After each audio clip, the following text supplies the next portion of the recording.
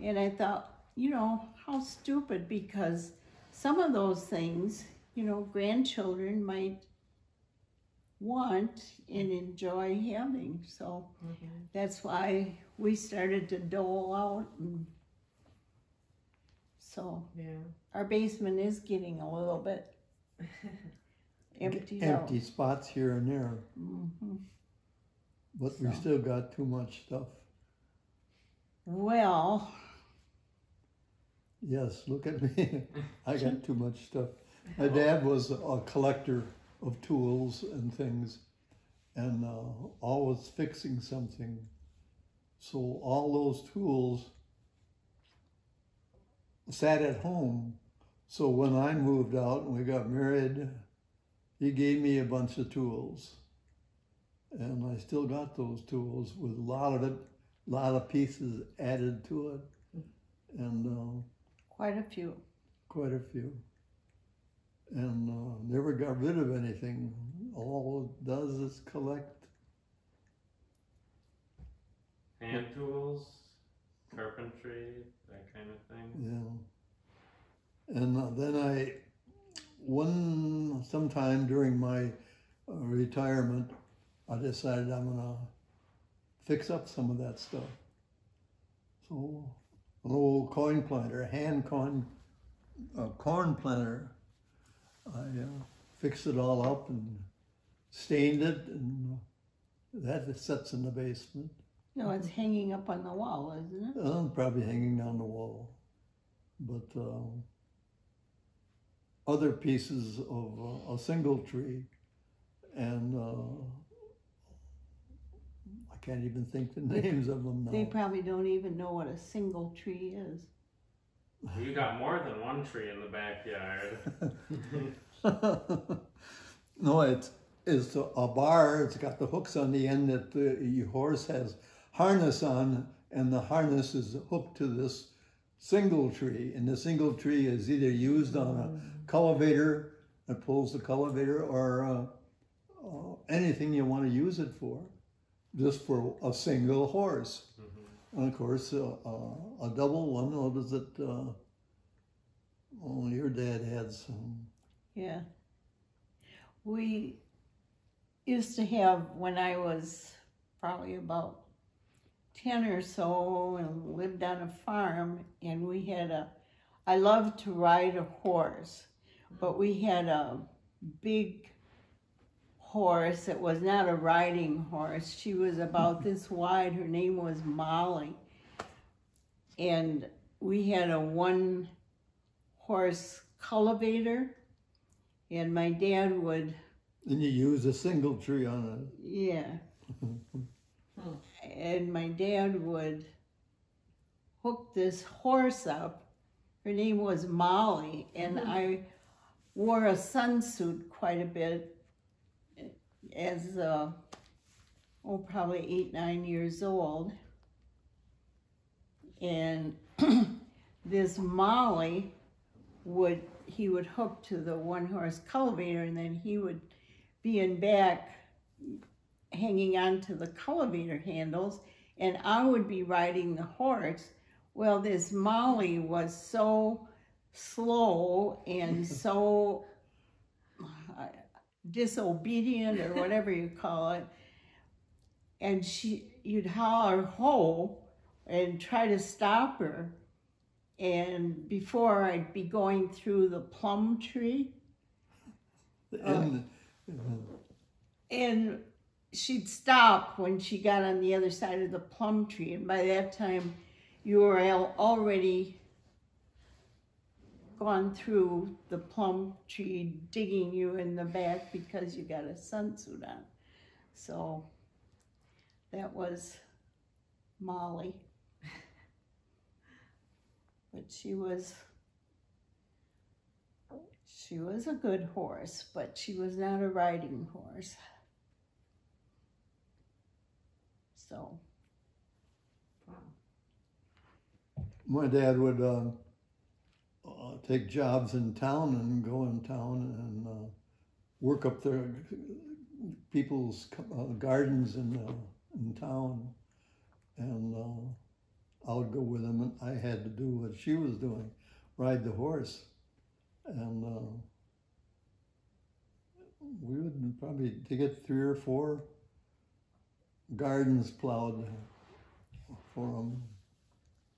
In one afternoon or what? Yeah, one outing, whatever it was. We didn't figure out anything, any time-wise. You just did it till you got done.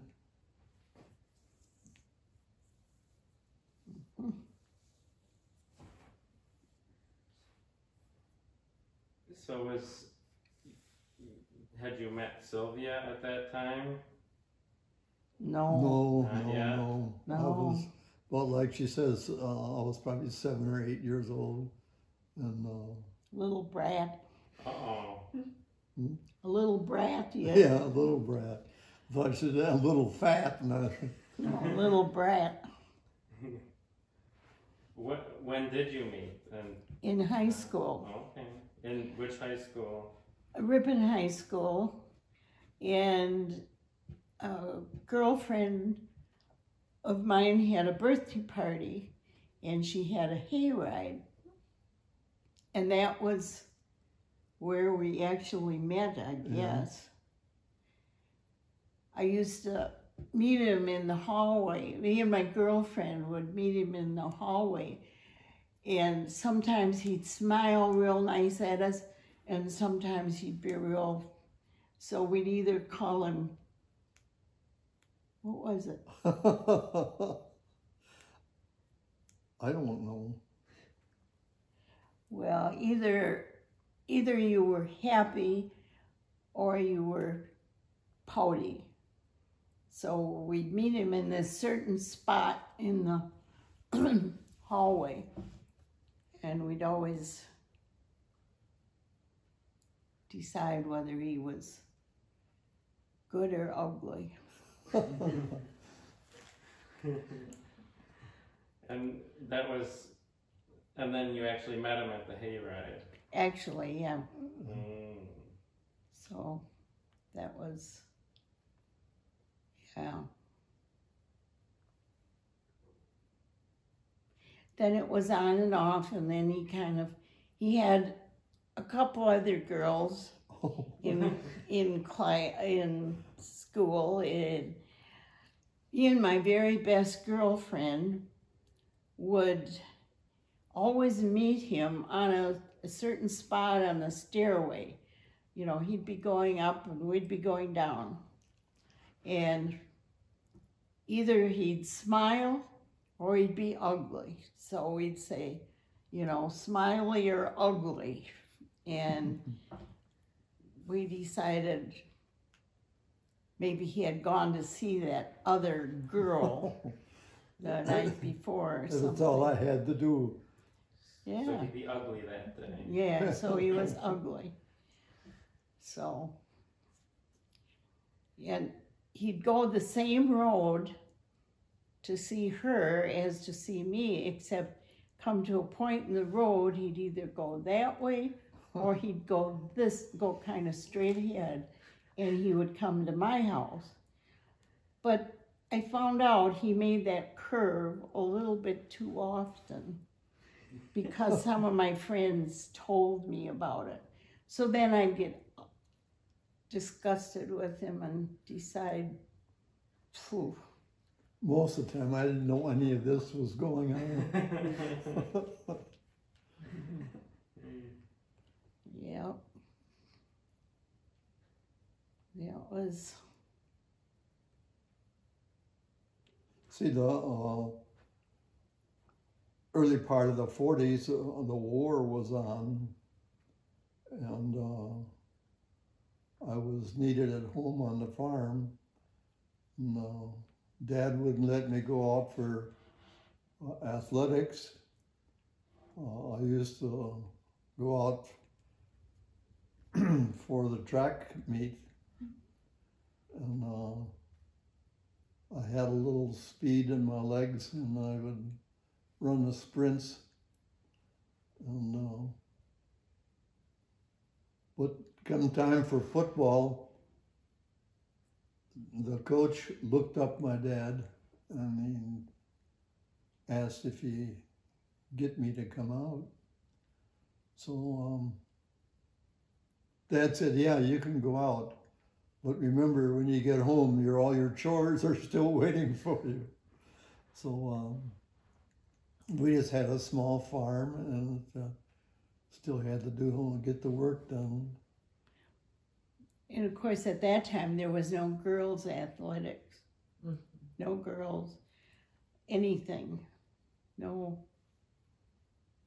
baseball, nothing. And I used to love to play baseball and be some kids in the neighborhood. And we'd get together like after supper or something. Some kids would maybe come over. But we didn't have a baseball bat.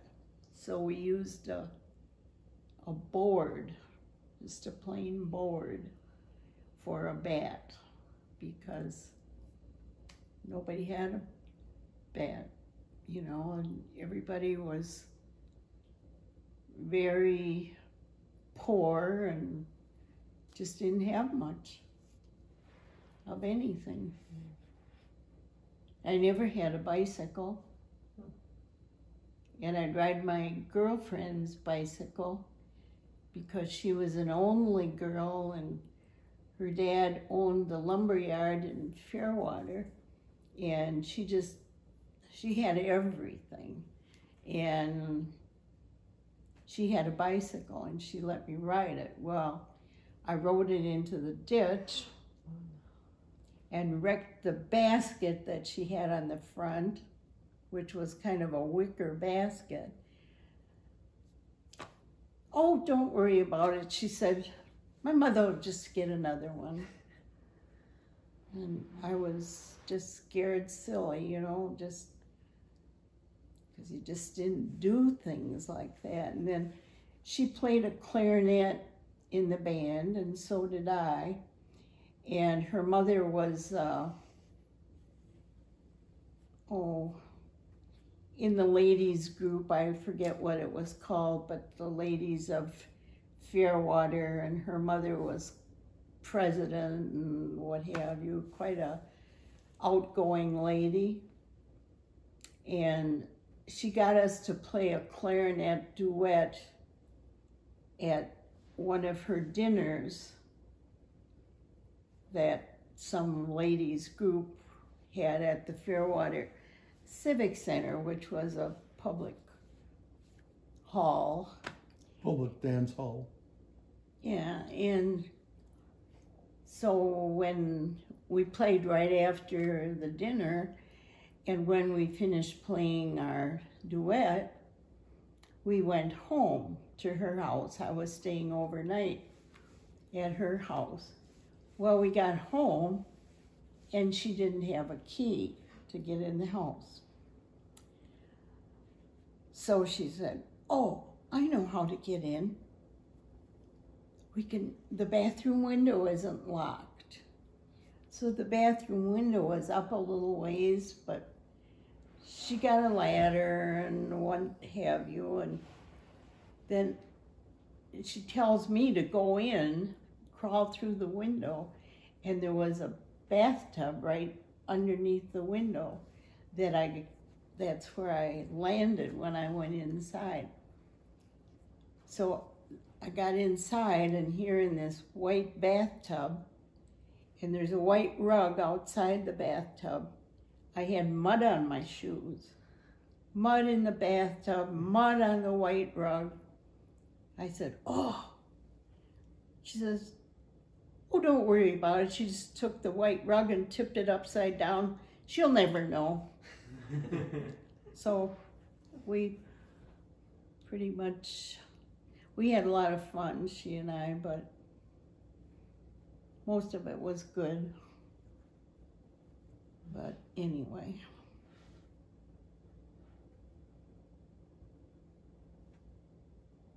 Yeah, I often think about that, tipping the white rug upside down with the mud on it.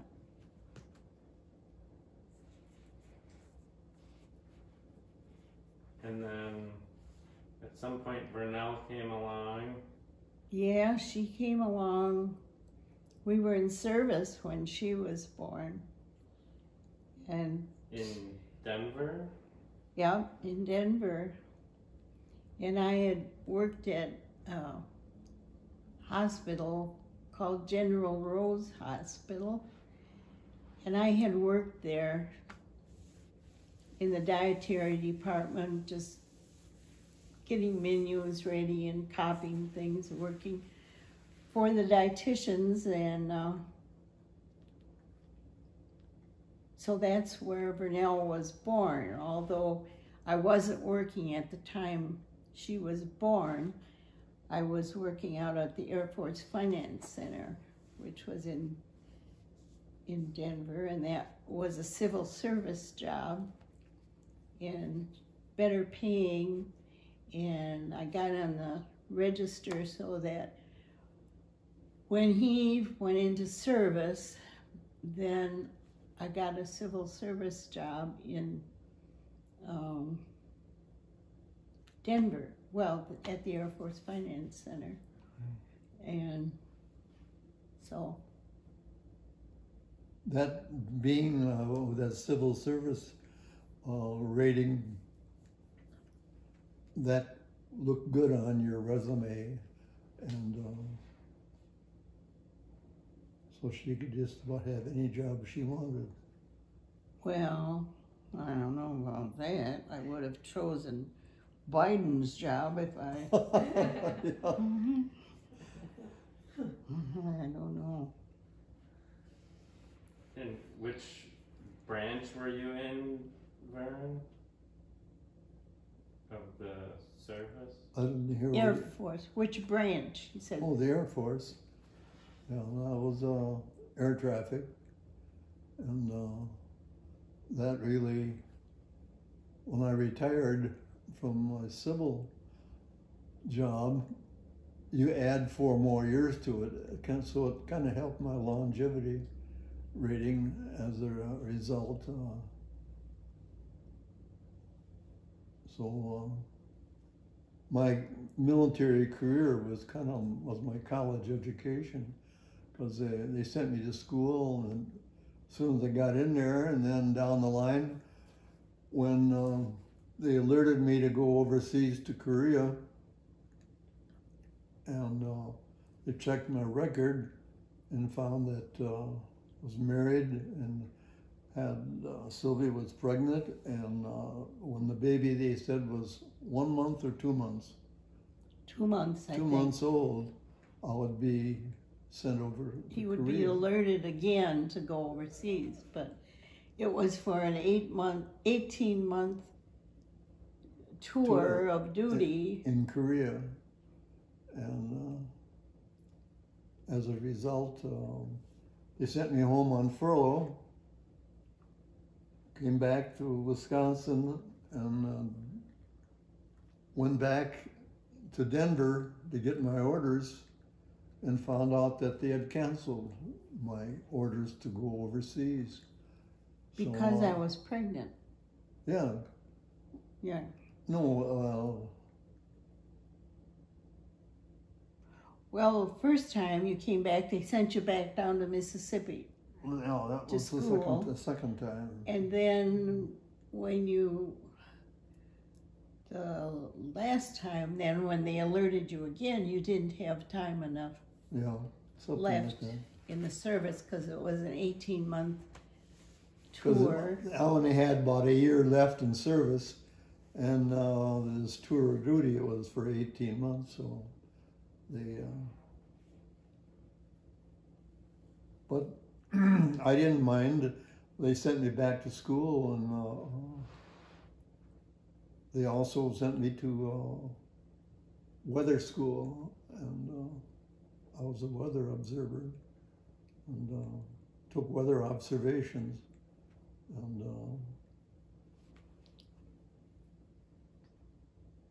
so I can look outside and look at the clouds, and we had judged the height of them. Well, sometimes we could use instruments that we didn't always have them, and still had to put out a report. And you put it out on the teletypes, and you talk to airplanes, and they would call and ask for weather. What's the weather like in Minneapolis? And we'd have all that information off the teletypes, and we would give him anything he wanted in relation to weather, and they would file flight plans, and he kicked all the information down and put it out on teletypes, and when he's ready to go, and they can call the center at the time, they call them air traffic control centers, and they would have a clearance for them, an assigned route, altitude, and he's ready to go. He calls and gets his clearance, and away he goes. One night, when I was working,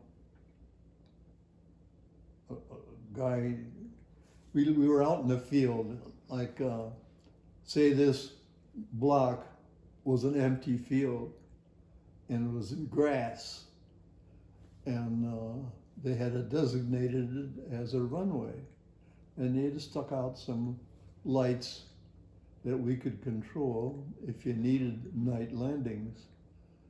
And so one night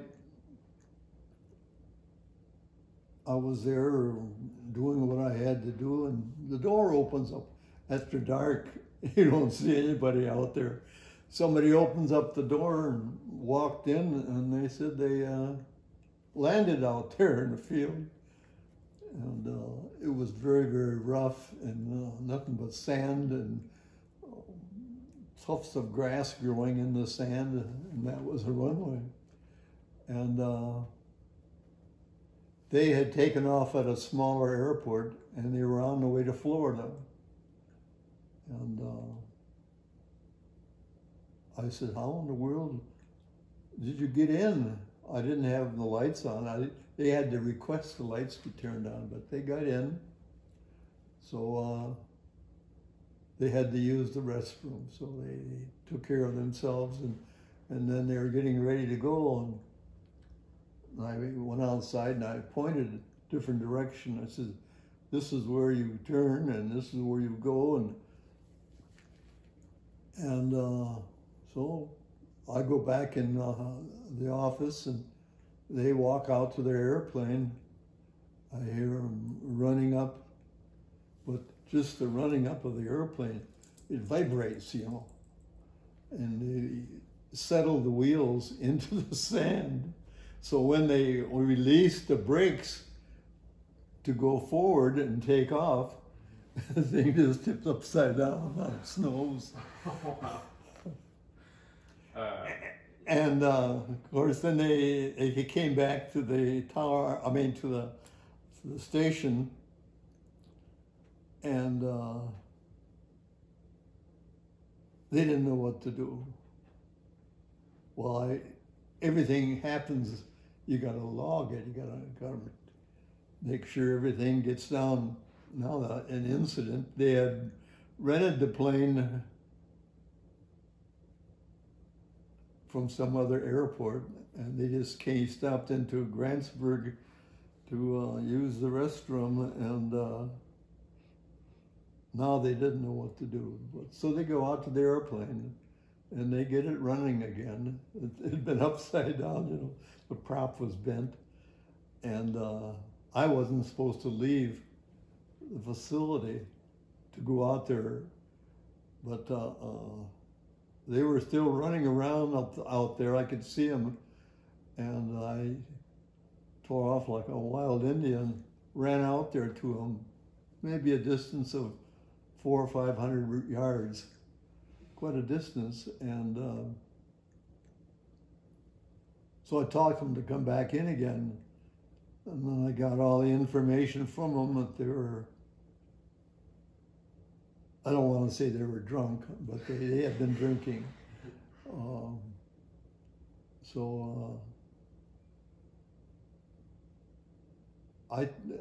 he said, what do you suggest that I tell him what to do? And he says, I said, call the sheriff's department, let them know what happened, and let them help you get assistance. And I don't know what they did. And I told him, I says, I'm not supposed to be out here. I said, I got business to do, take care of, and put out broadcasts and take weather observations. And so they finally got airborne. And as a result, I never heard, I had to put a log, entry in the log as to what happened. I got called in on that, but I says, what am I supposed to do? Yeah, that's right. You did more than what you were supposed to have done. So it's one of those little incidents that happens. So when Vernell was young, you were still traveling around with service a little bit? Yeah, she was about 9 months old when we got out of service. Okay. She was born in March, and we got out of service in December. So she was about 9 months old. And we had lived in a motel in Denver, actually Aurora, suburb of Denver. And so we didn't have a spacious place, so we had a buggy, baby buggy, which we still have. But that was her bed. And when we traveled, she would be, well, we had a little harness that would be hooked to the bed, and then she would sleep in there in the back seat of the car. And so she'd get on her knees and tend to it. I would. Back seat, yeah. Vernell wasn't old enough to get on her knees. And then we were home on furlough when she was just about 5 weeks old, I think. And of course, Grandma wanted to see her. My sisters were all excited. They were younger than I was, and a baby, you know. And so she was in the back seat in her buggy bed, and that was on the back seat, and then she was in there, and she was about 9 months old. And when we got out of service, like I said, and we got home, and of course my sisters were right there. They wanted to see the baby, you know. And they were peering in at her, and she said, "Mommy!" And they thought that was so neat because she said that. But anyway, then we went back. She was 5 weeks old, and we went back to Denver, and he's got orders that he's got to go back to school in Mississippi. So we take off with our little Chevy car to go back to Mississippi. No air conditioning, and it was hot, and Texas wind kind of blows constantly. And we had she was taking a bottle, and we had a bottle. In those days you had to warm the bottle for them, and we had a bottle warmer that plugged into the cigarette lighter, but we used it so much that we burned it out. So here we are. She's crying, wanting her bottle. She was hungry. The wind is blowing in Texas, and we have sand blowing, and we have a flat tire. The tire is in the back underneath all this Everything. stuff on the bottom of the trunk, underneath all this stuff that we had packed in there. So, and she's just crying her heart out because she was hungry. So he takes her bottle wrapped in a towel or something, and down, there was a long driveway. There was a farmhouse down there.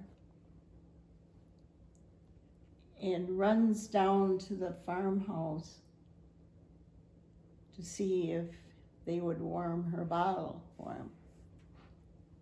So he found a very nice lady who was very accommodating and warmed the bottle. And he come back with her bottle wrapped in a towel. Warm. Yeah, warm. I was gonna say something about that. Now I forgot what it was. But anyway, that was a time then that we were going, and it was so hot. She was breaking out with heat rash in her arms, and she had heat rash so bad. And when we got back down to Gulfport, we went into the little restaurant that I worked at when we were down there the first time. And my boss was so intrigued with this little baby. He says, well, the first thing we have to do, we were also looking for an apartment. We had to find a place to live. And he says, well, the first thing we have to do is find an air-conditioned place for this, get this baby in some cooler temperatures so her heat rash doesn't get so bad. So anyway, after calling a couple apartments, as I recall, he said, well, let's go out to my house. And he took us out there to cool down, and then her heat rash kind of diminished once she got cooled down. I can still see him hanging on to her, holding her. Yes. We thought we lost her almost. No, not really, but he was a good guy. And then you eventually moved back to Wisconsin. Mm-hmm. We were in Denver for over 3 years, and we really liked it. And we were going to go back once we got out of service. We had decided we were going back to live there. But our furniture was in storage at Fond du Lac. And so then once we got out of service, got our furniture out of storage and got situated, we never went back to Denver. So They did write and say that I would be accepted, but I had to send some more paperwork in, and we decided we'll leave and go. But then not too long, then you were hired by the a different region. FAA, Federal Aviation Agency. Yeah. So that's pretty much a story of our life. Some of it. And then did you buy the house in Oshkosh shortly after you moved? Or you had it built, right? Yeah, we had that built. We bought when we were first married, we decided we're going to buy a house right away because we didn't want to just end up with a bunch of rent receipts. Well, the way he was moved around, I didn't want to be stuck with a house, and then when he got his orders to move, I'd have to stay there till the house sold, so we never, we ended up 17 years of renting before we bought a house in Rockford. That's where he went. The first job was in civilian job was in Rockford when he got out of service. Is that right? Pretty close. What did I miss? Nothing. Well, anyway, we're back in Rockford, and that's where Vernell got started in brownies and Girl Scouts, and she didn't want to move. She had little friends, you know, and she didn't want to leave Rockford. She had a little girlfriend a couple doors down, and she had a very negative attitude when we first moved to Oshkosh, and she said, well, they got some dumb thing here called bluebirds and brownies, and she didn't want any. She had a very negative approach that she didn't like Oshkosh, but she got over it. Yeah.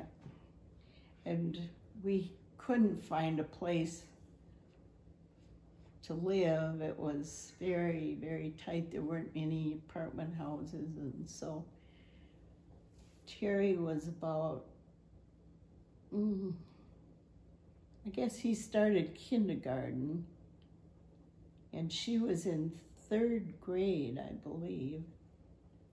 And we rented this 2-bedroom apartment, which was the only thing we could find. And we put, the 1 bedroom was very large, so we put the 2 beds in the 1 bedroom, and that was from August till July. Then in March we started building the house that we're in now. So that was our move to Oshkosh. So. Do you remember any vacations that you went on? I know you used to travel around for square dancing. Yeah, we did do that. That was after we got home. Yeah. We had some friends who Sylvia worked with, was in square dancing, and they asked us if we want to get interested in it, and we did, and we enjoyed it. I worked a lot of night shifts, so we just couldn't go then. And we got through the year of lessons, and the next year they made us chairmans of the beginners class, and had to be there every week. Every Tuesday night. Well, or 2 weeks, whatever. So on those particular nights, I would get somebody to comp time and just kind of work for somebody else who will pick you up on your time. Trade shifts. Trade shifts, you know. So when I asked him about, you know, like he said, this lady that I worked with asked us, she said, I think you would enjoy square dancing. Well, I didn't know about asking him, but I went home and asked him about it, and he thought it was for 3 weeks. There were 3 weeks of just... There were first 3 lessons were free. Yeah, and he thought it was just for 3 weeks, so he told me later that he thought, well, for 3 weeks, he could endure anything. So he said, okay. Well, then when the 3 weeks was over, he found out it was the rest of the year for lessons. He only got 52 more lessons. But anyway, and we made a lot of nice friends through that. So. We went all over the world. We went to Amsterdam, square dancing. Germany, and we went to Hawaiian Islands twice, just to square dance. Well, we did other activities too, but that was the main reason. So we enjoyed it, And You met a lot of nice people. You know, we did meet a lot of nice people that we were friends with till they passed away, and so most of those. and the square dancing is quit now in Oshkosh. There is some going on in Appleton area, and along with square dancing, round dancing. It's just dancing by cues. The announcer tells you what to do on a two-step or a circle two-step, or and so you wait for the call, and when he announces, then you commit it. But it's done to music, and it's all. So we enjoyed that, and we went all over doing that. I think the thing was that we met so many nice people that were really true friends, you know, for a long time. You'd meet, excuse me, That's all I was going to say. you meet some, when in Denver, we went to Denver, and we went out East Coast, and you find some people that you had met before. So that really kind of ties your relationships together, and it's made, I think, a very enjoyable lifeline for us. Most of those people have passed away. I don't know why we're still here, but we are. So, And of course, Sylvia did a lot of sewing of her own clothes. I made own them all, dresses. mostly. You know, And I don't know what I'm going to do with them all now. All the square dancing dresses in the basement. Yeah. Yeah, I don't know. Maybe I'll just leave that for somebody else to worry about. I don't know. And then, so, Tom was the first grandchild, Mm-hmm. and that was 1980, right? Mm-hmm. Do you remember that? Mm-hmm. I sure do. Yeah. And Vernell and Joe come home from Denver, and of course he was a little guy, and Boston. You said we came home from Denver. oh no, not from Denver, from Boston. And Vernell stayed a few days. Joe had to go back to work, and Vernell stayed a few days with him. And I remember the night before they left, she was out walking around in the yard, and I was in the house with Tom, and I had him laying on the floor, on a blanket, of course, and I was kneeled over him, and I said, "I'm not going to let her take you home tomorrow." And yeah, we just hated to see him go, but they come back again. you know. Yeah. He was a cute little guy, just like all the other guys. And when Matthew was born, it was a snowstorm, and my dad was in the hospital, just kind of nearing the end of his life. And I wanted to be there with him. I wanted to go to Wausau to see this little blue-eyed baby. And then we had a big snowstorm, and the highway between Wausau and Oshkosh was closed. 51 or 39, whatever it is now. So we couldn't go right away the first day.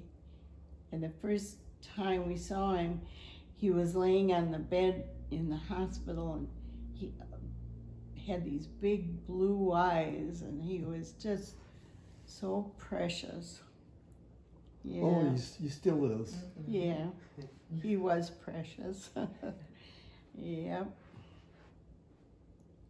That was a few years ago.